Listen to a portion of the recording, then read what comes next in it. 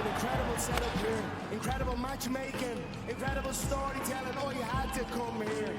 All these fighters that step in here are warriors, and all have my respect. And I'm into this game, yeah. We'll be into this, yeah. And we are live here in the Maverick Center here in Salt Lake City. What a night it is going to be. Historic indeed for BKFC 56. Whoever's the king of violence right here, this is going to be a great fight. Early on the turn, right hand from my boy, double jab. Who's the king of violence? I am! Combat fighting in its purest form, bare knuckle fighting in the city of angels. 80 seconds. We've got the biggest announcement in the BKFC history we're about to make, so let's make that announcement. What's up, Knucklemania? The notorious Conor McGregor here. Ladies and gentlemen, the huge announcement that I have for you today. Conor McGregor, myself, and McGregor Sports and Entertainment is now an owner of Bare Knuckle Fighting Championship. Welcome to the big leagues. David Feldman, baby, we did it. He's now an owner of BKFC with us, and we're going to take this motherfucking thing all the way to the top now.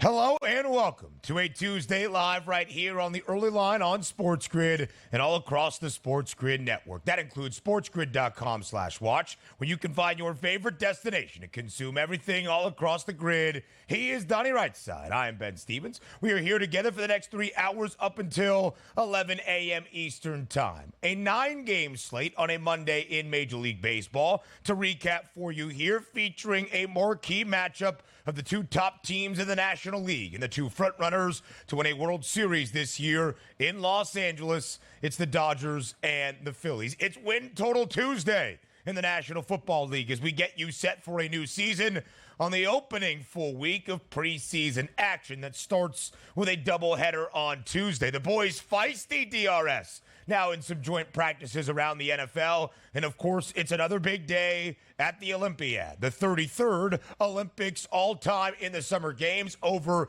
in Paris, with a ton to break down and get you set for, including the American quarterfinal for the United States men's basketball team against Brazil as the U.S. looks for a 5th consecutive gold medal. Hey, man, we'd all be feisty, too. If you're an NFL team and Daniel Jones was your quarterback, you'd be fighting every day knowing how terrible your season is probably going to be. We'll get to that a little bit later in the show, but this is an exciting, action-packed one. We're going to talk Dodgers, Phillies, where they go in that series. You got a full slate of preseason NFL football games and also track and field in full swing in the Olympics. So we have a lot of topics to hit and not a lot of time to get to them, Ben. We got pole vault. We got discus. We got more sprinting events on the track as well. We will talk some pole vault. I already know what your take is, and I cannot wait for it. We will get to that in just a minute. We start with the Major League Baseball recap bright and early here on this Tuesday morning, but late night in Los Angeles on a Monday. The opening game of a 3-game midweek set between the Phillies and the Dodgers. The Phils entered this set with a 1.5-game advantage for the best record in the National League, the second best price to win the NL pennant, only behind the Dodgers. It was Tyler Glasnow versus Aaron Nola. Glasnow gets the win. Nola records the loss. The Dodgers victorious with a 5-3 victory. A couple of RBIs out of Shohei Ohtani and a go-ahead 2-run home run in the bottom of the third out of the home run derby king, Teoscar Hernandez. In a return for Freddie Freeman to a standing ovation last night at Chavez Ravine after missing 8 games for LA, dealing with family health issues and his son in the hospital. An emotional scene in LA, and the Dodgers capitalized with a 5-3 victory over the Phils.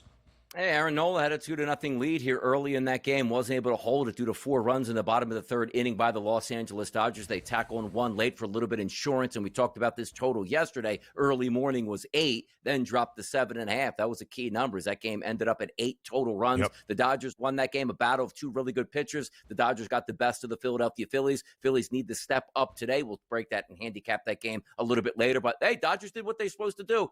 Tighten that gap and that vice here on the Philadelphia Phillies, who continue to struggle. Only a half game difference between the two teams for the best record in the National League. Even more important now in the final 2 months of this MLB regular season, battling for postseason positioning and that top overall seed in the NL. Philadelphia now 4-12 since the All-Star break. But even if the Phils are on a slide, it comes nowhere close to the Chicago White Sox. History made last night in Oakland, but probably not in the way that you would want it to be. The A's victorious over the White Sox 5-1. Oakland, the Athletics, booked as greater than a $2 favorite. J.P. Sears was great on the dish for the Athletics, or on the bump, I should say, and now make that 21 consecutive losses for Chicago, matching an American League record for the most losses in a row, tying the 1988 Baltimore Orioles that started off that season 0-21. Yeah, the Athletics are basically tanking their season. They have been for a few years. They got 47 wins. That's 20 more wins than the Chicago White Sox. The White Sox also, record now on the road, Ben, 10-48 overall. The losing just continues to happen. And you could say, oh, fire the manager. That team stinks from pitching to bullpen to lineup itself. What is a manager supposed to do? He can't hit the baseball. Oh, motivate him a little bit better. That's just a horrible, horrible franchise. Anytime you bring up the Louisville Colonels, it is going to be a bad thing in baseball. That's the longest losing skid in all of MLB history, 26 straight games. But that was in the year 1890 or 1896. So in the modern era, Chicago is nearing history. An in-state showdown, an interdivision showdown getting underway yesterday in Arlington between the Astros and the Rangers. 2 teams trying to make it back to the postseason, and Texas walks it off in extras yesterday. Houston scored a run in the top of the 10th to take a 3-2 lead. Josh Smith responds for the Rangers, a 2-run walk-off home run to give Texas the victory over its in-state foe in Houston, 4-3 in extras. Yeah, down to your last out. That's a pretty good win there. Also, keep in mind, you got 2 good pitching performances in this game. Hunter Brown, 6 innings pitched, 1 earned run. Andrew Heaney, 6 innings pitched, 1 earned run. The battle of the bullpens. The Rangers held out there. I don't know if there's life for the Rangers, but if you are going to climb up the standings in the AL West, you better beat some of those teams in your division. They did that last night against the Stros. They certainly did. The Arizona Diamondbacks, who of course took on Texas in a World Series a season ago, rounding into the form the D-backs had to make it all the way to a World Series against Texas. Make it 10 victories in the last 12 games for Arizona, winning in extras in Cleveland 7-6 over the best team in the American League, the Guardians. Jock Peterson was the difference for Arizona over Pittsburgh in that series finale on Sunday. A 2-run shot in the 8th that gave Arizona a lead. Eugenio Suarez, an RBI sac fly in the 10th. That was the game-winning run. The D-backs, again, 10 wins in their last 12 games, 7-6 in extras over Cleveland. Yeah, keep an eye on Jock Peterson today. It is Dinger Tuesday at the FanDuel Sportsbook. He's got a legitimate chance to go yard once again tonight, people. So a quick bit of breaking news, DRS, on this NFL Focus Tuesday show we will get into later from ESPN's Adam Schefter. The San Francisco 49ers are now willing to listen to trade offers for Brandon Ayuk and have given the star wide receiver permission to negotiate a contract with other teams. Yeah, it's massive. We saw this boiling up yesterday. I thought it was going to be the Pittsburgh Steelers, but now it looks like they agreed to terms with 2 teams. That's the Patriots and also the Cleveland Browns. Whoever Ayuk decides to go, that could be a balance of power shift. Not for the Patriots. They're going to think anyway. But he goes to Cleveland, depending on who Cleveland gives up. That's very interesting. And also keep in mind, from an NFC perspective, Ayuk is such a key cog on that offense that if he's not there this year, that's going to be an interesting dynamic now for those 49ers. His two best years, that being Brandon Ayuk, both with Brock Purdy as the quarterback for a majority of those 2 seasons. We'll have more on that in just a moment. Now a recap from the Olympic Games. Mondo Duplantis, the best pole vaulter in the world, who now owns 9 world records, including one that he set yesterday to win a gold medal in Paris. 6.25 meters, the world record. He set the Olympic record at 6.10 meters as well to win a gold medal. The man from Lafayette, Louisiana, that competed collegiately at LSU, but represents his mother's home country in Sweden. A gold medal yesterday in France. All right, how about this? Look, I know the White House got much more pressing needs, the Senate and, everybody around it, but we need a hearing today on why this guy is representing Sweden, living in the United States, born in the United States, going to LSU, but representing Sweden. Something just doesn't add up here today. And yes, man, this guy's got an interesting background. Let me see where he's from. Man, Sweden with high jumpers? No Sweden with high jumpers. The U.S. with high jumpers. We need an investigation that begins today. Go out in the streets, crack some heads out there. We need a full investigation. Knew that was coming. Harrison Butker, now the highest paid kicker in the NFL, a 4-year deal with $25.6 million. And Jim Harbaugh denies any wrongdoing in the Michigan sign stealing scandal with a notice of allegation forthcoming. If you stumble, you apologize and make it right. Today, I do not apologize, said Harbaugh. More on the early line next.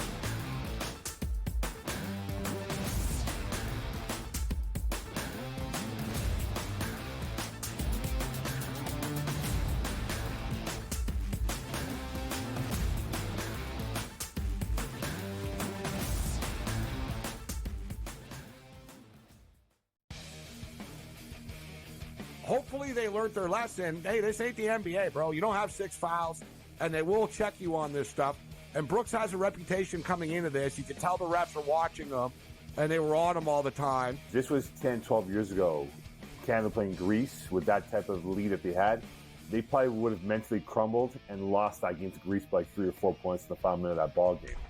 Sports Rage Late Night, only on SportsGrid. Where are you at in terms of a starting lineup, what you want to see from Team USA? I think he'll get guys involved, and then there's your lockdown defender at the point guard, the point of attack, right? I do like Curry. I would then go with Ant. I like Ant over Booker. I think if you look at the way the Canada game was, they looked kind of slow starting, and then they kind of got rolling. Game time decisions, only on SportsGrid.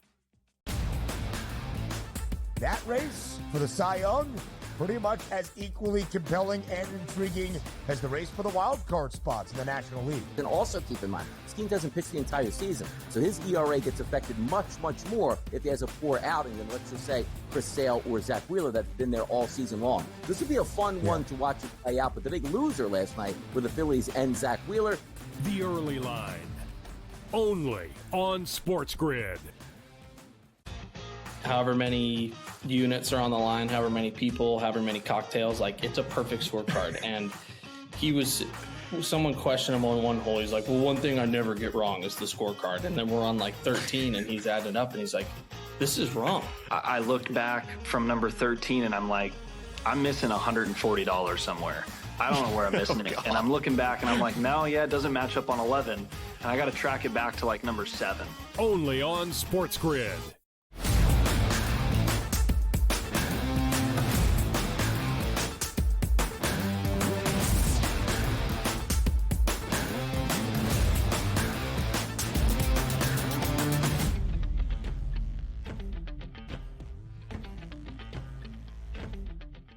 A marquee matchup in midweek series underway now in Los Angeles between the two top teams in the National League and the two frontrunners for an NL pennant. It's Philadelphia and LA. The Dodgers and the Phillies, the opening game of a 3-game midweek set last night at the Ravine. Tyler Glasnow versus Aaron Nola. It was Glasnow getting the better of Nola. It was the Dodgers getting the better of the Phils. Donnie, it's been a similar story for Philadelphia. Despite this 5-3 defeat, they took an early 2-0 lead. The Dodgers rallied in the third inning, including a 2-run shot out of Teoscar Hernandez that gave the Dodgers the lead for good. The Phils made it interesting. Shohei Ohtani added a home run in the 8th for that insurance and the separation. As you saw, a 5-3 win in favor of Los Angeles. They were a -134 moneyline favorite. When we showed you the odds yesterday in the morning hours, the over-under was 8. It closed later in the show at 7.5, so does trickle over. So the Dodgers take game 1 of the set against Philadelphia, and now as the Phils continue this slide since the All-Star break and really the series sweep over LA in the final week, entering the All-Star break in the middle of July, the Dodgers have closed to just a half game behind the Phillies for the best record in the National League. The Phillies closed as an underdog in this game, but they didn't have an underdog pitcher here technically on the mound in Aaron Nola. When you get a 2-0 lead in a playoff atmosphere, I understand it's on the road and the Dodgers are a quality team. You got to win that, or at least you got to go 6 innings, pitch 2 earned runs, and still have the lead when you leave that game. And if the bullpen blows it, so be it. Because you do look at that Dodgers lineup. Yes, it's talented, but be honest with ourselves. Shohei Ohtani's hitting 309. The only guy in that offense that's hitting over 300. The next guy closest to him is Freddie Freeman, who just came back after an extended layoff and went 1 for 4 with 2 Ks. Teoscar Hernandez, love the guy. He's only hitting 267. Will Smith, 249. Lux, 245. Hernandez, 211. Hayward, 209. Pages, 241. Nick Ahmed, 233. It's not the 1923 Yankees out here that are hitting 300 with 50 home runs on each guy. So when you get a 2-0 lead, it's up to you as a high-paid pitcher. It's not Aaron Nola, hey, man, at the end of his career is making $3 million. No, he's one of the highest-paid pitchers in baseball. You get a 2-0 lead, you have to stand on business here. You know who stood on business on Sunday afternoon? Hey, look, the sky is falling. Zach Wheeler, 8 innings pitched, no earned runs in a hostile environment in Seattle. That's what you're supposed to do. 2-0 lead, hold that lead. That's your job. Phillies couldn't do that. Credit the Dodgers for winning that game. But again, you can't say to yourself, well, what do you want the Phillies to do? Yeah. Lose 2 out of 3 games here? That's what they're supposed to do. No, nonsense. When Aaron Nola's on the mound, that's an expected victory for the Philadelphia Phillies. And with a 2-0 lead, yeah, that's a blown game. When Donnie Rightside calls you out for not standing on business, that has to be a locker room conversation. That has to be the call to figure things out in Philadelphia. The Phillies now have lost 7 of their last 8, just 4-12 since the All-Star break. But really, Donnie, it goes a little bit deeper than that. It was a moment in time for sure, and that's why we always throw a grain of salt on the significance of a regular season series. But when Philadelphia 3 weeks ago, ahead of the All-Star break in the final week, swept LA at the bank in Philadelphia, it felt monumental. The Phils were nearly 30 games above 500 at 61-32 with a 6.5 game lead over the Dodgers for the best record in the number 1 spot atop the National League. The Dodgers just 55-39. They had dropped 8 of 11 entering the All-Star break. But how the fortunes have turned since returning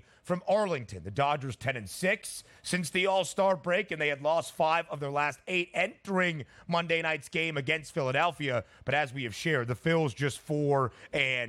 So 66-46, 66-47, only a half game difference. A little bit of movement in the National League pennant odds, but still less than $1 separates these two clubs atop the market. Yeah, and again, they're going to jockey for position, but for the Philadelphia Phillies here, you're playing great baseball up to the All-Star break. You could possibly say that if you just played 500 baseball the rest of the summer, nobody is going to catch them, and yet the Phillies aren't playing 500 baseball, playing like 20% baseball at this point. It's ridiculous how low they've fallen, and again, it comes at a tough time. We're on a tough road stretch here. We have to hang in there, but games like that last night, you can't look at it being one of the better teams in baseball. What do you want them to do, beat the Dodgers? Yes, absolutely. It wasn't as if you brought a single double-A pitcher up for his first start and said, hey, kid, can you give me 3 to 4 innings to keep us in this game? It was Aaron Nola on the mound with a lead. There are no excuses. You don't wake up in the morning like, ooh, it was close. It was 5-3, and we just won Sunday in Seattle. You can't do that now at this point here, because if you continue this road trip the way it is, the Dodgers will take over that number 1 seed, and the Phillies will continue to be in free-fall mode. There's way too much talent to sort of blow off of just a bad stretch at this point. Philadelphia is still minus 110 to be that number one seed in the National League, but the Dodgers have closed the gap, even money plus 100 on LA. A further concerning point, at least in my estimation, on this bad slide, the Phils have lost their last 6 series since the sweep over LA. They lost their final set before the All-Star break against Oakland. In the 5 series since returning from the break, all against teams that are in postseason positioning, including the Pittsburgh Pirates, who are still on the outside of the National League wild card spot. But the Phils, after this series, have to travel to Arizona for a 4-game set against the Diamondbacks. History last night, but not in the way you want to etch your name in the record books in Major League Baseball. Oakland, a 5-1 win over the Chicago White Sox. Make that 21 consecutive losses for the Southsiders. It is the longest losing skid in American League history, matching the Baltimore Orioles, who started the 1988 season 0-21. 21 straight losses for Chicago. DRS, the only team in the millennium since 2000 to lose 20 or more games in a row. The White Sox continue to extend a historic losing skid. And there's a reason why you're losing. Sooner or later, your lineup is going to say, hey, we had a good day today, put up 7 runs. There's no way we can lose this game. They only scored 1 run yesterday. And batting averages, I know, aren't the end-all, be-all. But when you are sending out this roster last night, take a look at everybody, Ben, who batted last night. Vargas, 211. Sosa, 223. Remember Luis Robert Jr. out here on the street is one of the high. Oh, you got to get him on your team. Yeah, dude's batting 210 on the season. Vaughn, 235. Senzel, 197. Benintendi, 206. Baldwin, 200. Julks, 231. Lee, 211. Robinson, 133. And Sheets, 213. How do you win anything? Look, they're lucky they scored 1 run last night. How about that? You literally don't. They're 61 games below 500. More around MLB up next.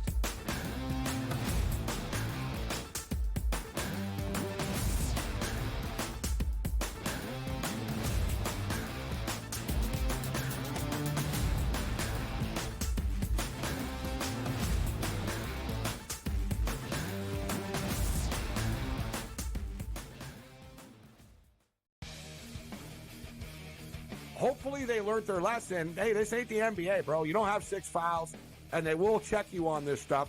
And Brooks has a reputation coming into this. You can tell the refs are watching them, and they were on him all the time. This was 10, 12 years ago.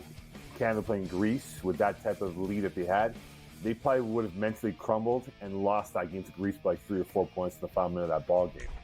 Sports Rage Late Night, only on SportsGrid.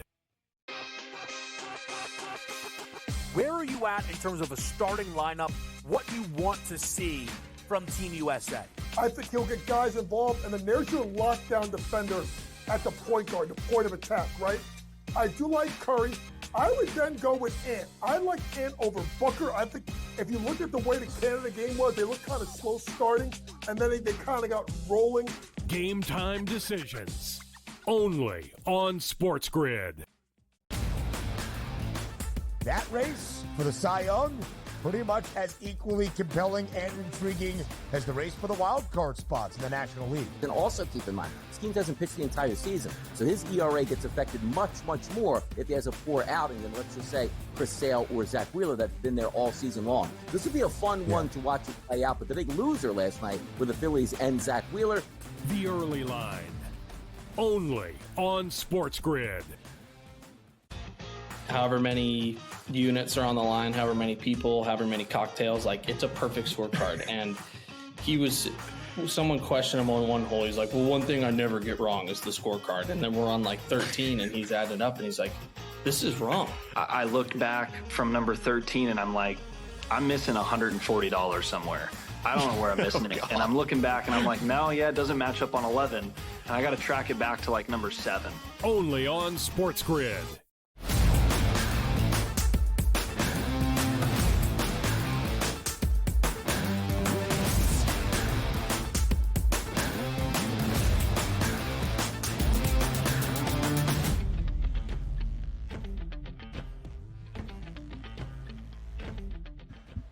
More Major League Baseball recaps from a Monday ahead of a full slate on this Tuesday in MLB. It's postseason positioning time in the hunt for October. And the Arizona Diamondbacks, who had a wonderful October into November last MLB campaign, winning the National League pennant as a wild card team, advancing to the World Series, starting to look the part once again. The D-backs have now won 10 of their last 12 games with a 7-6 victory in extra innings last night in the opener of a midweek set against the AL's best team in the Cleveland Guardians. Arizona 12-4 since the All-Star break. Zach Gallen on the bump yesterday, DRS, in the land. Arizona was booked even as a slight road favorite because of it. Gallen had won 3 consecutive starts entering last night. Not great for Arizona, and it was Jock Peterson who continues to stay hot at the plate. A 2-run home run that gave Arizona the lead in the 8th. Cleveland responds to force extras. Eugenio Suarez, an RBI sac fly game winner for Arizona in extras. Again, 7-6 the victory for the Diamondbacks, 12-4 since the All-Star break for Arizona.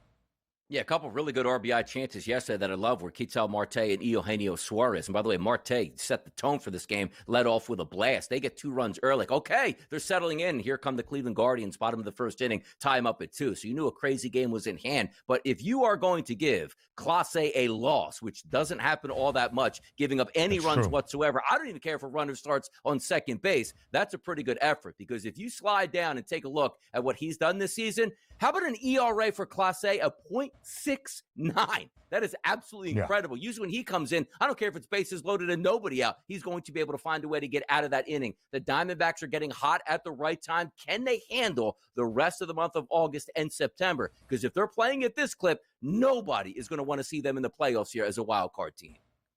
So Cleveland 67-45. They've lost 3 straight now, including the final 2 games of their weekend set against Baltimore. They had won 5 in a row prior to those final 2 games against the Orioles. 67-45 for the Guardians. Half game up over both the O's and the Yankees for the best record in the American League. And again, because of this turnaround for the D-backs and those teams in the National League West staying red hot, Arizona, 1.5 game lead over the New York Mets for that 3rd and final National League wildcard spot. But it was the New York Mets and an interesting spot in their schedule yesterday in St. Louis, picking up a 6-0 victory. It was a makeup from May 8th. So it's just this standalone game against St. Louis. It's not the start of a midweek set. The Cardinals now are just 7-10 since the All-Star break. The Mets 10-7. And Sean Manaea, DRS, in his last 2 starts, at least 7 innings of shutout baseball with double-digit strikeouts in both. Sensational for the Amazons yesterday, a 6-0 win under the arch. We thought this game would stay under the total, but I also thought St. Louis was probably the better side here and had the better pitcher on the mound in Palante, and that wasn't the case. 4 2/3 innings pitched, 5 hits, 5 earned runs. This game was a wrap by the time that game entered the 5th inning, or should I say entered the 6th inning after a 4-run top of the 5th inning effort. But Sean Manaea, fantastic, as you said. 7 innings pitched, 10 Ks, no earned run. Guys out here giving Cy Young performances here on a drop-in game in St. Louis. Nice win for the Mets here. Quite frankly, I didn't think they would get that W. Tyrone Taylor has also become a significant part of the Mets offense, batting in the 2-hole yesterday. A bases clearing 3 RBI double to kind of extend the offense for New York. Now we go to the opening game in Kansas City, also heavily impactful in terms of that 3rd and final wild card spot in the AL. The Royals entered this set against the Red Sox with a 2.5 game advantage for that last wild card position, but Boston closes that gap with a 9-5 victory yesterday in KC, booked as the underdog. Jarren Duran, the All-Star Game MVP, 3 RBIs. The Red Sox had 18 base knocks as a club in a 9-5 win. And boy, they can hit, and you're right about that. 9 runs, 18 total hits here. Duran with the 3 spot there. You take a look at Yoshida with 4 hits. That's absolutely incredible for that lineup. But we told you yesterday, hot conditions yesterday. That total was double digits. Those 2 lineups checked out very well against those pitchers. And how about this? Shout out Paxton for getting his 9th win of the season. 6 innings pitched, only 2 earned runs, was much better than Brady Singer on the opposite side. Nice win for those Red Sox here in heated conditions. We expected runs. We got them yesterday.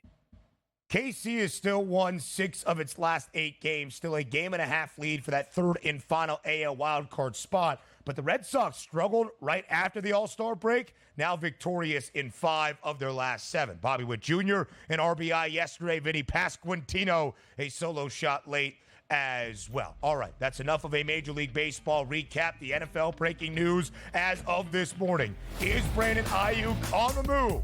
We'll debate next.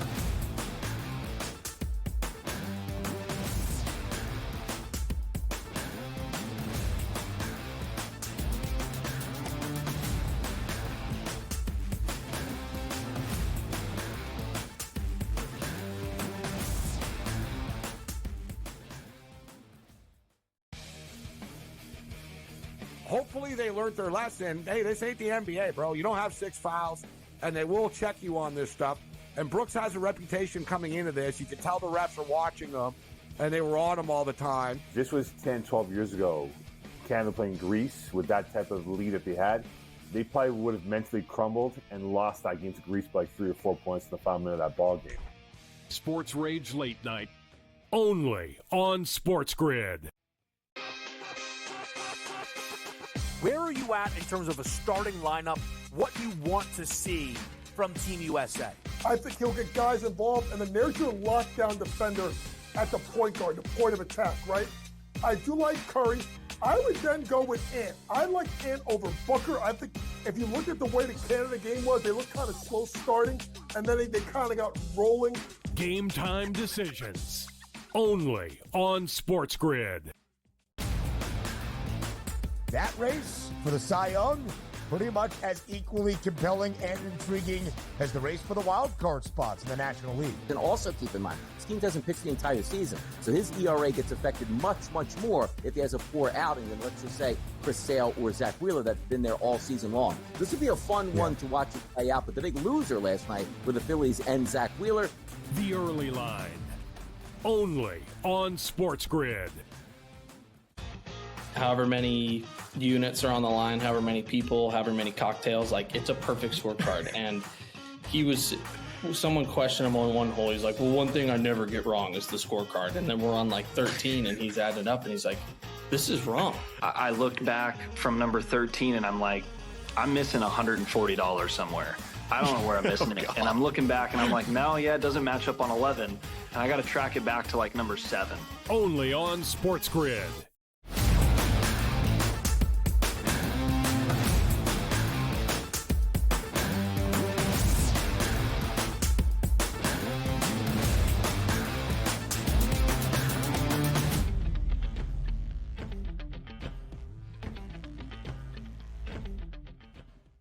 We will give you your Olympic recap from a Monday in Paris in just a moment. And Donnie, right side's thought on where people from Lafayette, Louisiana should be in the Olympic Games. But the big news around the National Football League, DRS, to start off this Tuesday morning. Brandon Ayuk embattled with San Francisco, officially requesting a trade about a week and a half, 2 weeks ahead of the 49ers reporting for training camp, with GM John Lynch in San Fran saying, we're not honoring that request. Something has changed by the Bay. Adam Schefter of ESPN reporting this in the last half hour. The San Francisco 49ers are now willing to listen to trade offers for Brandon Ayuk and have given the star wide receiver permission to negotiate a contract with other teams. There are a couple of teams that could be involved, like the Cleveland Browns or the New England Patriots. DRS, as you look at this situation, as we have seen Brandon Ayuk be unhappy with San Fran for the entirety of this offseason, how do you think we've reached this point?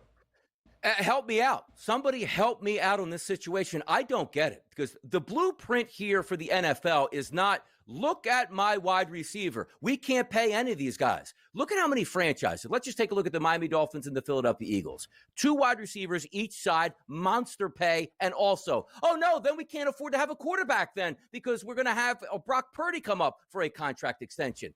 Somebody check in on Tua Tagovailoa's standings right now with his financial institutions. He made bank. Same thing with Jalen Hurts in Philadelphia. How did it get to this point? And also if you're the 49ers.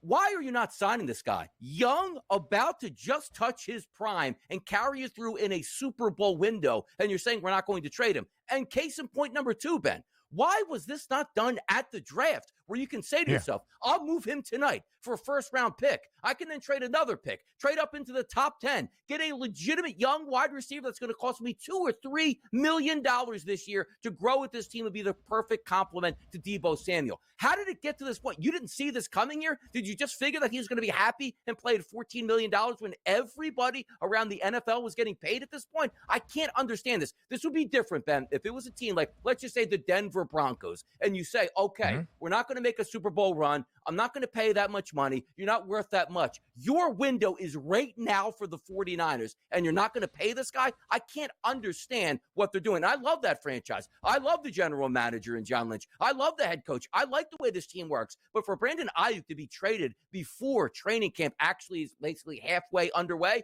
I don't get it one bit. Neither do I, right? And San Francisco has a large payroll and guys they need to pay. They paid Deebo Samuel and Nick Bosa last offseason. They made Christian McCaffrey the highest paid running back, if you want to call him that, in the National Football League this offseason. They know there will be a big paycheck to give to Brock Purdy at the end of this year, his third in the National Football League, when they have been having Brock on the greatest discount you ever could as the last pick of the 2022 NFL Draft. And Brandon Ayuk might not be of the ilk of Justin Jefferson or CeeDee Lamb, and the reason I highlight those two is because that was the draft that Brandon Ayuk was in, a first-round selection in 2020. But the last 2 years, Ayuk has had more than 1,000 receiving yards. Last year, in his first full season with Brock Purdy, more than 1,300, a career high. There are a lot of offensive pieces, of course, in this San Francisco offense, but Brandon Ayuk should not be overlooked as the top wide receiver target purely for Brock Purdy. A confounding situation with Trent Williams, the best offensive tackle in football, also still holding out from training camp. And Donnie's point is very sound. If this was a team expected to win 6 or 7 games, all right, you've got a disgruntled wide receiver who wants money and you're unwilling to pay. Fine. This should not be the team that is the short favorite to win the NFC and a co-favorite alongside Kansas City to win a Lombardi Trophy in Super Bowl 59. It should only be very bright optimism entering a new season. It does not necessarily seem to be that in San Francisco. It's crazy the way it filters out, because I understand where they're trying to be physically responsible, which means in the next couple years, we are going to have to pay Brock Purdy a lot of money. But the NFL landscape is this. Brock Purdy, let's just say, signs a $235 million extension next year. Oh, my goodness, that's $50 million a year. But the way they structure the cap, Ben, he's going to count probably $10 million or less next year against it. So what are you worried about paying Ayuk as if next year you can't afford anybody on that payroll? And also the blueprint is out here. You can pay top dollar for 2 wideouts. Last time I checked, Deebo high paid, Ayuk high paid. And you can pay your quarterback as well. I just don't understand what the method of process. Now, you might say, well, Donnie, they're going to get back Amari Cooper. What did I miss? Amari Cooper makes $2 million a year. He's a high-priced veteran, 4 years older than Ayuk, who already, as you said, Ben, multiple times, has a great rapport with Brock Purdy. That's his favorite target. Why are you upsetting the apple cart? And also keep in mind, if you made this move back in March, you have an entire offseason to hang out with your new wide receiver and build camaraderie. Now we're going to have him parachute in the middle of camp and say, yeah, we're going to be on the same page. No. Yeah, listen, there's going to be a large asking price that San Francisco would need in return, a lot of draft capital for Brandon Ayuk, and then the organization that gives up those assets is also going to have to pay Brandon Ayuk. That's why we're in this situation in San Francisco to begin with. The 49ers, a 3-1 price to win the NFC title, a very short favorite, $2.50 in front of both the Lions and the Eagles, who are both tied for the second best number. Plenty more hot topics around the National Football League in just a few minutes. You can see the heat from Donnie right side. It will only continue in our next segment. But quickly here, an Olympic recap. Not many medals at stake yesterday, at least in the afternoon hours after we left you. But the main one was Mondo Duplantis, who represents Sweden but is from Lafayette, Louisiana, and played collegiately at LSU. He is by far the best pole vaulter in the world, and it's not even close. He set an Olympic record to win gold at 6.10 meters last night, and then said, all right, Let me set my 9th world record of all time as well, up to the 6.25 meters, and got over that as well. A sensational display in Paris for the Swedish Mondo Duplantis, born to an American father and a Swedish mother in Lafayette, Louisiana. Donnie, right side, I ask you to be kind, but the floor is now yours. I mean, Mans is an unbelievable athlete, but hear me out on this, what I don't understand. Now, obviously, there must have been a cash infusion from Sweden to get him to go that direction. But I ask you this, like, are we, like, missing the point on what the Olympics are actually about, representing the nation that you're from, where you are a citizen? But also, secondarily, can you imagine this guy? Ben, 20, how old is he, 20 years old? Is he 20? I think he's 20 years old, right? So he's probably, think he's 24, 25. If I'm not mistaken. Let's say in his 20s. He's going to be in the next Olympics here. What do we love in this country? Guys that go perform on the biggest stage and win gold medals, and you will have a lifetime of endorsements being an American athlete. It's like the Dallas Cowboys where they tell Dak Prescott, Dak, we're not going to pay you as much as everybody else. And he goes, why? Because you're a Dallas Cowboys quarterback. That means life, you are going to print money. Don't you see Troy Aikman in the booth? Don't you see Tony Romo in the booth? You are just going to print it for the rest of your life. Take a small discount right here, and it'll pay back in spades. So I take a look at him saying, if you are an American athlete, look, Michael Phelps is long gone from a true Olympic champion here. He is on every single ad you could possibly have and will be there every single Olympics. Why? Because he's American and he dominated. I don't understand how this guy went to Sweden when nothing other than just his mom was from Sweden. I don't get it. I just don't understand. That IKEA bag, brother, it's a hefty one. But you look at his name, Armand Duplantis. I mean, I know. Armand Duplantis, Mondo Duplantis. I've never seen a more Bayou name in my life. That guy should walk out of Tiger Stadium in Death Valley to a couple of Go Tigers chants. That's what Mondo Duplantis did yesterday. By the way, you want something sensational really quick here. LSU, Death Valley at night, Alabama comes to town. This guy pole vaults over the goalpost. I mean, unbelievable theater here. If you thought you're missing out at night, that guy pole vaults through like he's a field goal. I mean, that sets it off, man. You ain't losing, LSU. You are not losing into that the night. All-State net right around. He lands right in the hands. Yep. That's good stuff. NFL Hot Topics come your way up next.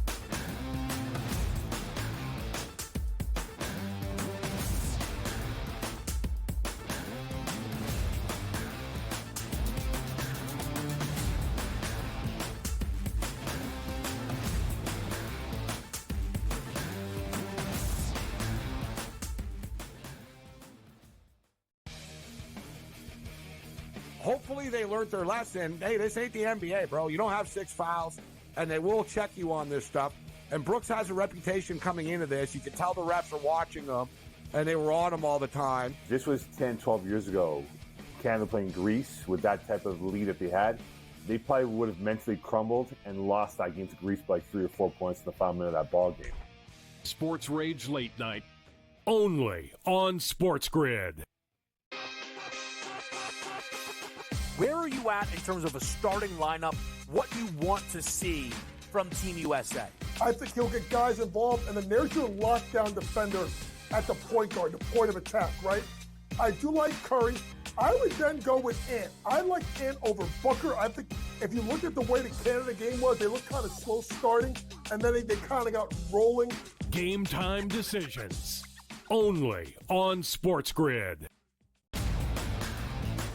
That race for the Cy Young, pretty much as equally compelling and intriguing as the race for the wild card spots in the National League. And also keep in mind, this team doesn't pitch the entire season, so his ERA gets affected much, much more if he has a poor outing than, let's just say, Chris Sale or Zach Wheeler that's been there all season long. This would be a fun one to watch it play out, but the big loser last night were the Phillies and Zach Wheeler. The early line, only on SportsGrid. However many units are on the line, however many people, however many cocktails, like it's a perfect scorecard. And someone questioned him on one hole. He's like, well, one thing I never get wrong is the scorecard. And then we're on like 13 and he's adding up and he's like, this is wrong. I looked back from number 13 and I'm like, I'm missing $140 somewhere.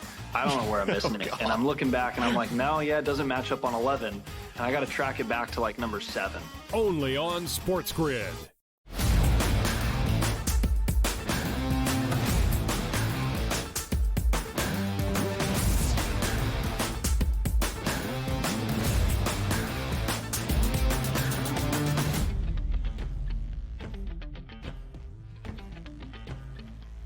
The updated medal count over in Paris for the Summer Games as of this Tuesday morning. The United States starting to pull away and lengthen its lead. 79 total medals, 21 golds, matching China at this moment for the most gold medals awarded so far at the Paris Games, but a 26 medal advantage for the United States. Some big action on this Tuesday, including quarterfinal action in men's basketball. The United States will take on Brazil at 3:30 p.m. Eastern time here stateside for a spot in the semifinal. Already one game underway. Germany winning by double digits, knocking out Greece and Giannis Antetokounmpo. Yeah, so we are going to get to see some knockout stage action. The pressure ramps up here. The defense will be much, much better. And we're still looking for a big performance out of Team USA because, again, you're looking at these spreads. We're not getting the 5.5s, the 4.5s, and the 3.5s. We're looking at closer to 20s, 25s, and 30s here. I expect a big win for Team USA. But today, even just in the Olympics itself, I'm waiting for, I assume the 200 runs again today with Noah Lyles. That's the guy I'm watching for the rest of us, man. Love the kid out here. Love the dominance so far. And to hear that his best event is the 200. That's going to be fun to watch. Man, can you imagine being that fast, man? Win a 100 and a 200 gold medal at the Olympics? Boy, that's a big stage. That's a big paycheck if he gets that done. More than a $4 favorite, minus 430 to win the gold medal in the 200-meter final. However, DRS, I think it's just semifinal action today or tomorrow. The gold medal, the final of the 200-meter is not until Thursday over in Paris. DRS, a happy Hard Knocks Day to you. Training camp with the Chicago Bears on HBO debuts tonight. So that will be a very exciting thing as we get deeper into training camp around the National Football League. And speaking of training camp, as we get ready for the opening full week of preseason action that starts with a doubleheader on Tuesday, features a game at MetLife between the New York Giants and the Detroit Lions. We get joint practices this week around the National Football League, which leads to a few fights and some scuffles. Here's a look at what we had yesterday. The Giants and the Lions. Players got into a scuffle during their joint practices. That time of year, says Ari Meirov. Danny Rogers, who is the Lions team reporter, said it was the most fights she had ever seen at a single practice. So buy or sell, DRS, to you. Joint practice fights are tired, like they're old news at this point. Nah, sell that. You got to have fights here. It's ingrained in society in the NFL and high school football and in college football. Now, typically in the summer camp, it's so hot and dusty out there, you just fight yourself. It's better to fight another opponent and sort of rally around. But also keep in mind why these fights are starting here. The guys are trying tooth and nail to make rosters, and a lot of times it's not necessarily the starters fighting each other. It's the backups trying to show that they have heart, they're not going to back down. But also, from a Detroit Lions perspective, they're built in and ingrained with Dan Campbell as their head coach that they're going to be the bullies. They're going to beat you around. So don't think the New York Giants coming in even day one of that practice are like, well, one thing's straight. I don't know if there's going to be a scoreboard or not, but you're not going to come in here and punk us here in our own, quote unquote gymnasium at this point. So I don't mind the fights here because we've all been through it. It's 90 degrees. You're irritated. You just had practice for 4 straight days and you get a cheap shot in the back or you get held. Because keep in mind, you're not going to get fined. Like, sure, your coach could send you to the showers early from practice, but it's not a regular season football game. You're not going to get suspended. And also, things go on in practice when you have those joint practice that don't go on in games. You can hold a little bit more. You can do things that are a little bit shady, and the other guy is going to get upset, and therefore, you're going to be throwing punches. I don't mind the fights. It builds team camaraderie as well. It's just a thing that the NFL, college football, and high school football happens. Yeah, we're selling it as well. I think it's a thing that has become more popularized because there's so much practice video coming out that maybe it was a little more under the radar even in the last 5 to 10 years. But this is the first time you're seeing another new person not on your own team throughout training camp. And to Donnie's point about these joint practices, if you have an issue with the preseason because you don't see the stars, you don't see the starters in large part, if you could watch joint practices, you get to see the ones versus the ones. It's not full contact. They're not diving at knees to start these practices, but it's still the best on both sides facing off. So that intensity is more ramped up. And to Donnie's point, if there's a scuffle during practice, no flags are going to be thrown. If that continues over into the actual preseason contest, that's when you have issue. That's when you have your coaching staff upset. That's when you try to follow more game protocol than you would in a joint practice. I'm okay with it. A doubleheader on Thursday. The New York Giants will host the Detroit Lions. Big Blue booked as a 3.5-point favorite against the Fighting Dan Campbells. On display yesterday, and at least so far in a positive way throughout training camp, it's Donnie's favorite rookie, Malik Neighbors of the New York Giants. Here are his season-long passing or receiving yards props. 875 in a hook, 4.5 receiving touchdowns. To lead rookie wide receivers in yardage, it's plus 390. To win Offensive Rookie of the Year, it's 16-1. Of course, Malik Neighbors out of LSU, the 6th overall selection in the 2024 NFL Draft. So buy or sell, Donnie right side, Malik Neighbors will be the best rookie wide receiver this season. It depends on how you're going to quantify what the best rookie wide receiver is going to be. It's just touchdown catches here. It's going to be yards, going to be catches itself, because nobody's coming into the season saying you don't expect big things from Malik Neighbors. This guy is a sensational talent, but as we use that word, there are other players out here, wide receivers that are rookies, have way better quarterbacks. Let's be honest. If Malik Neighbors is going to lead the league in touchdown passes, he better catch just about 90% of the touchdown passes coming from Daniel Jones's 15 touchdown passes a season. Yeah. That hampers him right off the bat. But there is some positive points from Malik Neighbors, because typically when you're drafted high in the draft, you're going to a team that technically isn't very good. And the Giants aren't supposed to win, let's just say, the NFC East. Therefore, they should be down in the majority of fourth quarters, which means extra chances, extra targets, extra yardage here for a young wide receiver. But I'm going to sell this. I don't think he's going to be the best wide receiver, because I think Marvin Harrison Jr. is just cut from stone, dropped out of the clouds with a dominant quarterback that can extend the pocket and get him the football. I think it's Marvin Harrison Jr., but that's not a knock on Neighbors. Kid is great. I am buying what you are selling, and I am selling that notion as well. Marvin Harrison Jr. is going to be the best rookie wide receiver. His season-long receiving yards prop for his first year in the NFL, 1,050 and a hook. And the guy delivering the football to MHJ is much better than the guy delivering the football to Neighbors. More around the NFL next.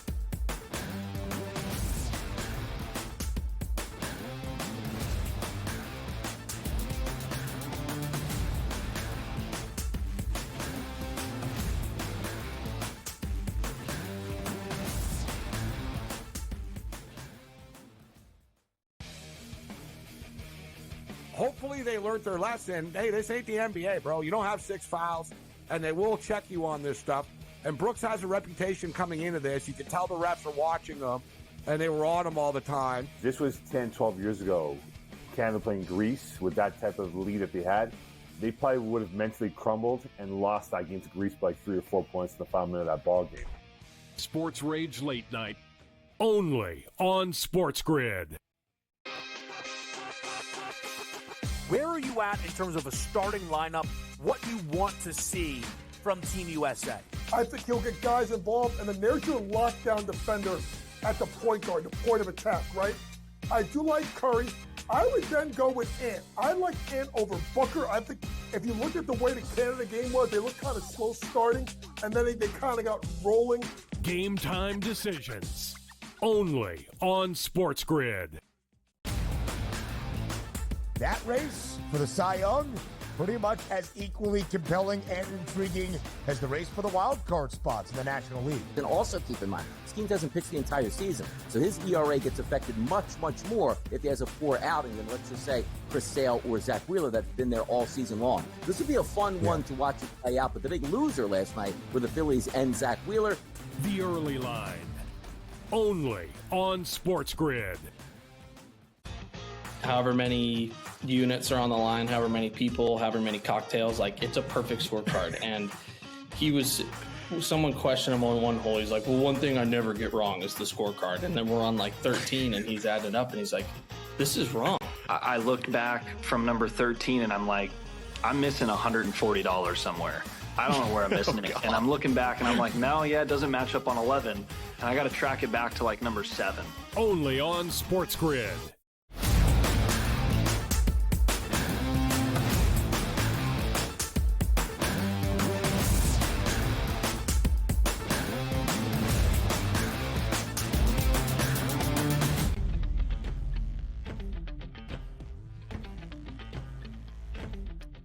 More NFL buy or sell live right here to end out this opening hour that we continue into hour number 2. I think Donnie just checked the rundown for the first time. I did, yeah. Because these are some spicy. Okay, let's go. He's right off the side. No thinking from me, man. Let's hit whatever comes up here, BSS. I like it.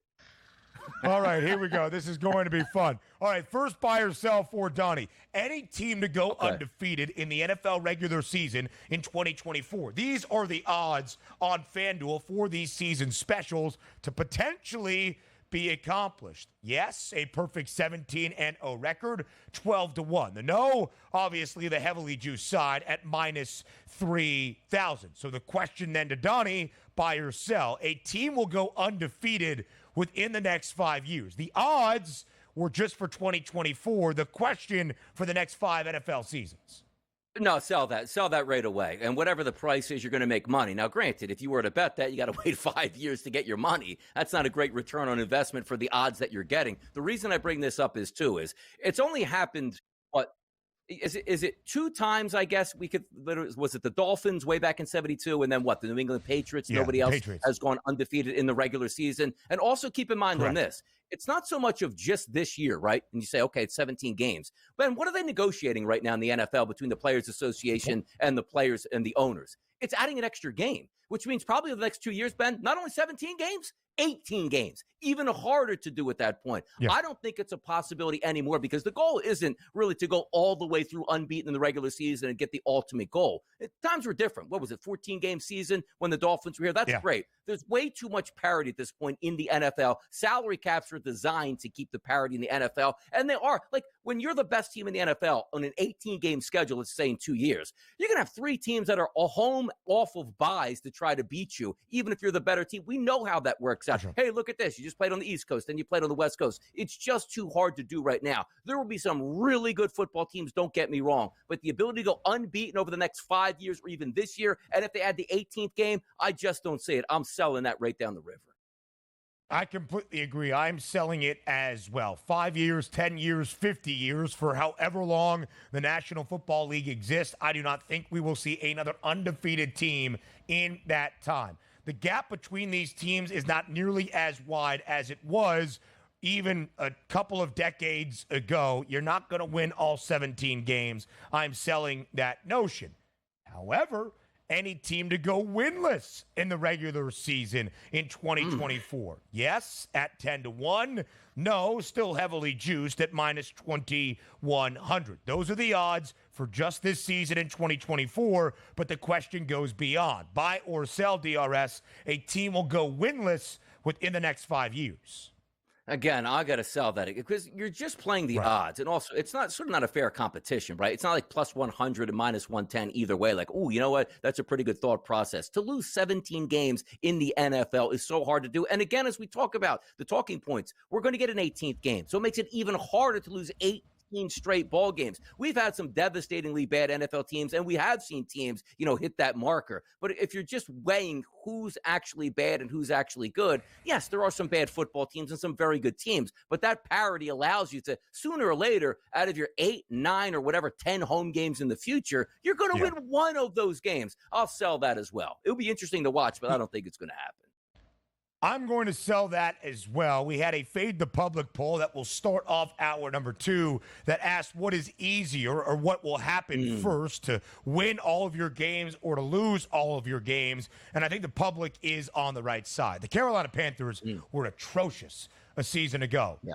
They were still 2-15. Right? And I know you're like, hey, that could have gone another way. They wanted a walk-off field goal. I get that. But you still found a way to win 2 games. They were even 4-11-2 against the number, booked as an underdog in all 17 games. That's nearly as poor as you can be in not even keeping games close and still found their way to wins. When you look at 2022, the Bears had the worst regular season record, and they were 3-14. I do not think a team will go winless. However, I would bet on a team to go winless before I would bet on a team to go undefeated.